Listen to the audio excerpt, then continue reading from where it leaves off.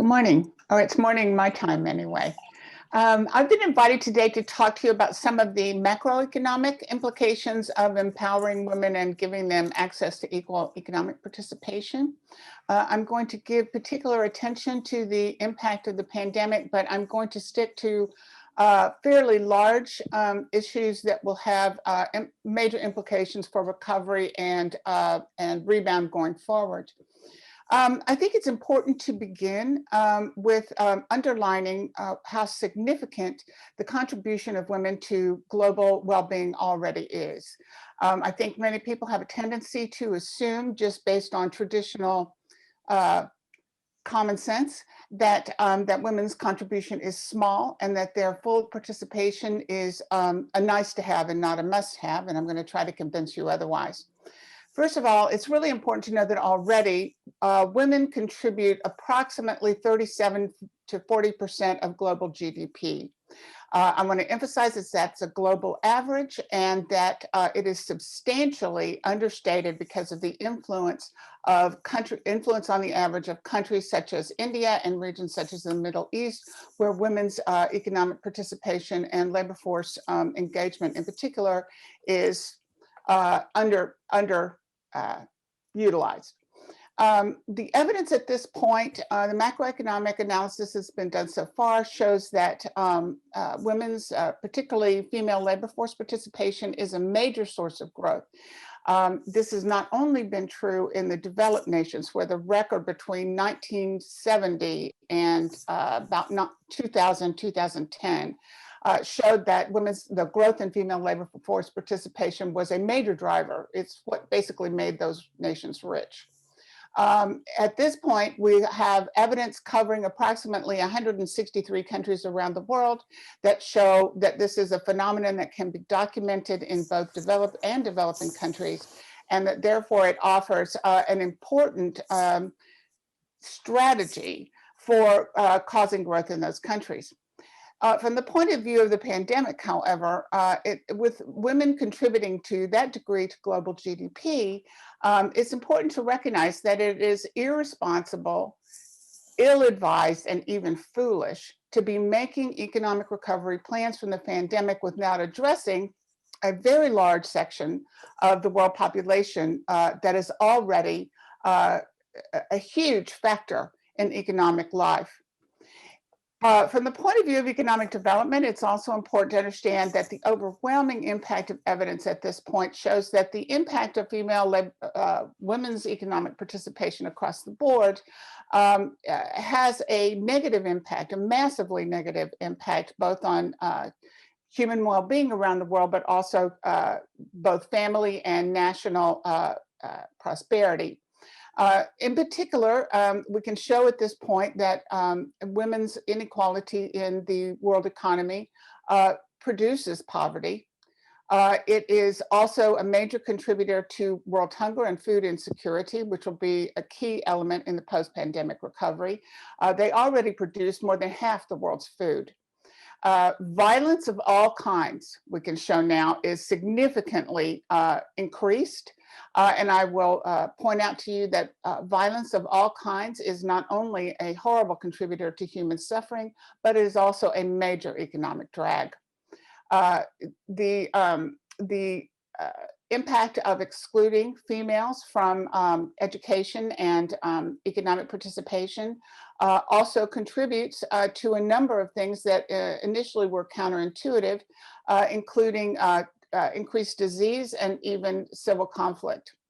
I want to go ahead and point out to you, for those who work in these areas, that there is a new summary of the evidence available through USAID. You can find it online, and the title of it is Gender Inequality Causes Poverty.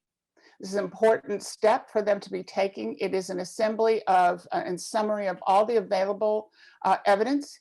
And the conclusion, an important conclusion for a group with that kind of influence, is that gender inequality is a global scourge. It is a structural factor, and it is causal to poverty. So there is no way we're going to address poverty if we don't address gender inequality in a very specific way. Now, let me give you an example of how that's happening right now. At the moment, a number of factory girls in India have been pushed out of work. And as many of you will anticipate, knowing the cultural practices in India, they have been forced eventually to return to their villages because they have no income. And what this will inevitably mean, because they are mostly single young women, is that they will be essentially forced to get married. Arrangements will be made for them to marry, whether they choose freely to marry or not. What this means is that India will lose an entire generation of workers. And in addition, it will contribute to, as I said, hunger, violence. It will hurt the well-being of children. And as a result, it will cause a major humanitarian crisis as well. This is something that will be happening in other countries besides India, where the expectations for marriage are similar, and that is much of the world. And it's something that needs specific attention, as I said, both for economic recovery issues and also for humanitarian questions.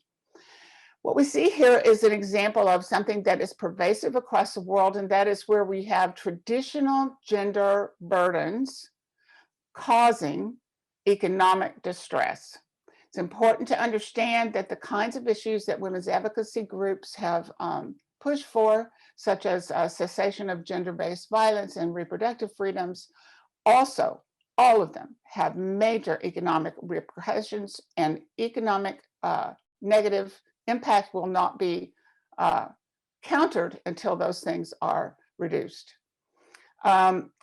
But I would make an argument that around the world, in both the developed and the developing nations, the evidence shows that consistently the largest, most impactful force for exclusion is the lack of availability of childcare. What we need is a universal, affordable, high-quality system that is accessible to all women, regardless of their national origin or their current economic and family standing. The evidence indicates, and several countries have done studies of this already, that the increase in growth that comes from the number of women that return to or enter into the labor force because of available childcare more than pays for itself. There is no reason to continue to whine that it is too expensive for nations to invest in. This is simply not true. In addition, there is also no evidence at this point in time that women engaged in work and in the economy negatively affects children and families. In fact, at this point, we have 50 years of data studying approximately a third of the countries around the world that shows that there is no difference in childhood outcomes between children whose mothers work and those who don't. In fact, as adults, these are people who benefit, who measurably have improved lives, both as workers and as parents and spouses. So this is something that, should the world choose to make this investment, we can see social as well as economic benefits. There's a lot of talk continues that it is somehow not natural for women not to stay home. I just want to jump in here and say that the scientific information that is available says that we are the kind of primate that shares care, not only among females, but between males and females. There is no case to be made that there is a natural origin or a natural benefit for women to remain secluded when they're mothers. In addition, the impact on family livelihoods is important to understand. I think it's fairly obvious that if both the male and the female in a household of that composition are economically active and bringing an income, that family livelihoods increase, and therefore the resources available to develop children and therefore human capital going forward are increased. In addition, it gives them a security that helps them to weather emergencies and disasters. It helps them to be able to save money that allow them to go forward into the future and make plans, as well as to, as I said, to have resilience in the case of a downturn. Finally, it is also really important to recognize at this point that at this point in time in the universities and post-secondary educational institutions around the world, that females are more likely to be enrolled by a long shot than males. It averages, I think, about 30% more around the world. Some places in the Middle East, you'll see countries where it's several 100% more. What this means from a national economic point of view is that nations, whole societies have made a massive investment in female education at the university level.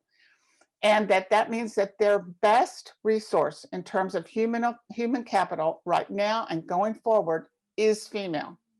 So to waste that resource going forward is going to hurt national competitiveness, and it will retard growth significantly. There is no reason to be throwing this resource away so wantonly. So this is something that is very important to start attending to, is to facilitate the entry and advancement of those educated women into the labor force and to allow them to maintain and sustain their participation over the course of their entire lifetimes. Of course, there is still a great deal to be done to pull girls through secondary school. This is also a major contributor. Lots of progress is being made on that. And that, of course, is a different aspect, a different segment of economies than the tertiary education one, but both need significant attention.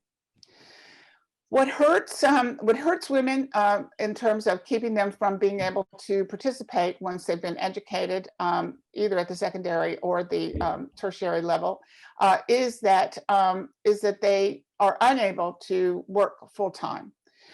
We need to be more skeptical about the numbers that we see about female labor force participation very often. A large number, like a 65 to 70% participation, masks a very significant number of part-time workers among females. This is a significant contributor to pay inequality, and it is a major inefficiency in economic organization. So what we need to be looking at is to rethink particularly childcare as a systemic form of economic infrastructure. It is not a luxury spending item for women who ought to be staying at home anyway. This is something that, just like building roads and building airports, nations need to look at as a long-term investment in economic well-being. It is not a nice to have, it is a must-have. To end then, I do want to make it clear that all the things that I have just outlined are gender-specific issues, and they must be addressed with gender-specific solutions. And that means that it is not acceptable for governments or NGOs or international agencies to be making the argument that if they help all people, or if they help the poor as a general category, that they will also help women. That is simply not the case. It basically replicates the gender system when you do that. And so we all have to be pulling together to address the systemic factors that cause gender inequality in economies. Thank you.